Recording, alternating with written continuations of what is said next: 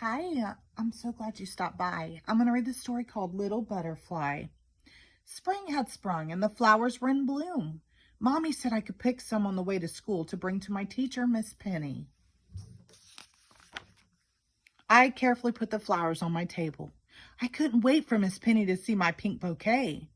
When Miss Penny entered the classroom, she was holding a big box filled with twigs and leaves. Alice and I looked at each other in surprise. What was Miss Penny doing?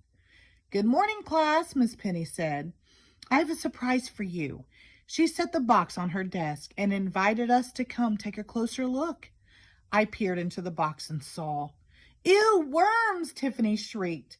"Cool," Jack said. Miss Penny laughed. "They're not worms, they're caterpillars. One day soon, they will turn into beautiful monarch butterflies." Two of the caterpillars had black and white and yellow stripes. They were munching on leaves. The third caterpillar was emerald green. He scooted up and down the twig like a tiny race car. "How can something so small become a colorful butterfly?" I asked.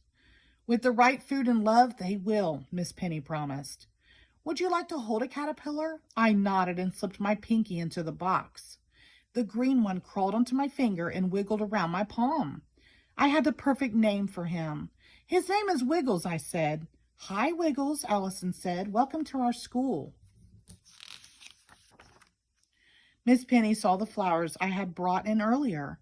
"Did you know that caterpillars like to eat milkweed?" she said. "I brought them for you," I said. "Well, I think there's enough to share, don't you?" asked Miss Penny. I put some milkweed carefully into the caterpillar house. I wasn't sure, but I thought Wiggles was smiling. Over the next few weeks, I took extra special care of Wiggles and his friends. I brought them fresh milkweed every day. Allison helped me put it in the cage. Sometimes I would sing a song to Wiggles about an itsy-bitsy caterpillar climbing up a water spout. I even drew pictures of Wiggles in art class. I loved him. One morning, I came in early to put leaves into the caterpillar house. But Wiggles wasn't there. His friends were also missing. "Miss Penny, Miss Penny," I cried. "Someone stole the caterpillars." Miss Penny hurried over to look into the box, and then she smiled. "They're not stolen. They're still here." She pointed to 3 teardrops hanging from a twig. "Those are chrysalises, and caterpillars are sleeping inside. In a few days, they will break open. The next time you see the caterpillars, they will look very different." Over the next few days, the entire class watched and waited. Lila sharpened her pencil 10 times so she could check on the box. Jack scooted his chair closer to it. I looked at my pictures of Wiggles. I missed my caterpillar. "Look," Molly said after lunch. "The chrysalises are moving." We all hurried over to watch. Soon, 2 orange butterflies sat on a twig, but the pink chrysalis didn't move. Once the butterflies could fly, Miss Penny lifted the lid of the box and opened the window. The butterflies flew all around the room and then out the window.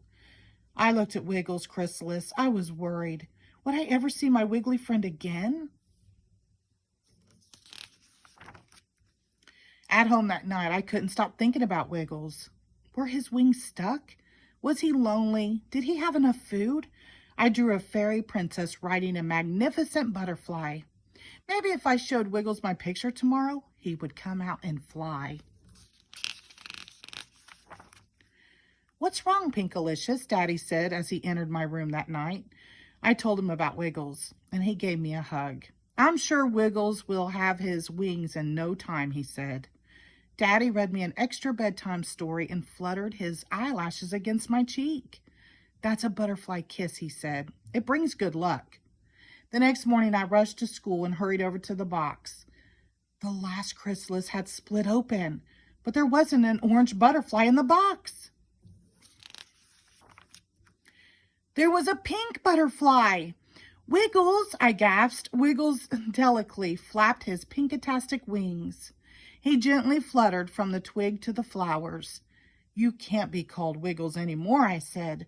"From now on, I am going to call you Flutterby." When the bell rang for recess, Miss Penny carefully picked up the box and we went outside.